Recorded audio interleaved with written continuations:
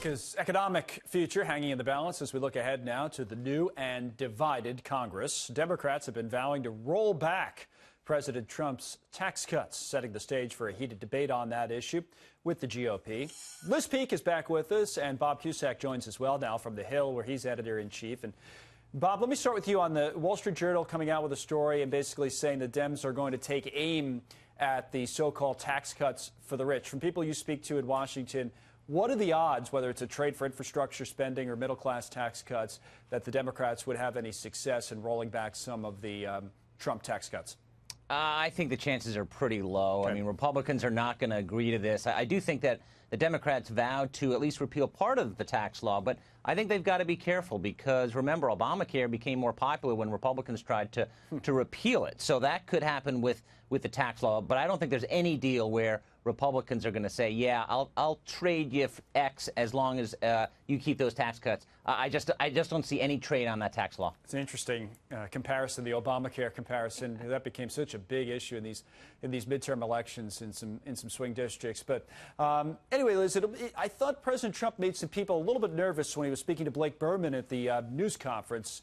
I guess it was last week, that crazy news conference, when he did say he was open to the idea of making what he described as adjustments. And when Blake tried to push him on it, the president didn't get more specific on that.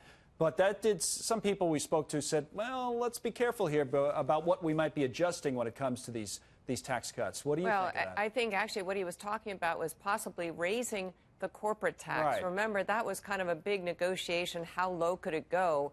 And they ended up at a very low rate, 21%. And I think actually people were kind of surprised that they settled there, that they accomplished that. Look, I think President Trump, he considers himself a master negotiator. He's going into a hostile Congress, a hostile House, and he wants to get some things accomplished. I think the worrisome thing a little bit is Democrats are tying, reversing the tax cuts to an infrastructure spending program. Right. And we all know that is extremely popular. If you ask 99% of the country, are you willing to raise taxes on the wealthy in order to pass a big spending program, they're going to say yes. They're going to think that's great. If you word it that way, you're right. It's almost like the polls. It depends on how you word questions sometimes. Exactly. And, Liz is right, Bob. Sometimes those things become very popular, and it's tough to turn back from. But then, maybe somebody should be worrying about a deficit here at some point with infrastructure spending, which is another issue. But do you think infrastructure spending is a realistic possibility this Congress, Bob?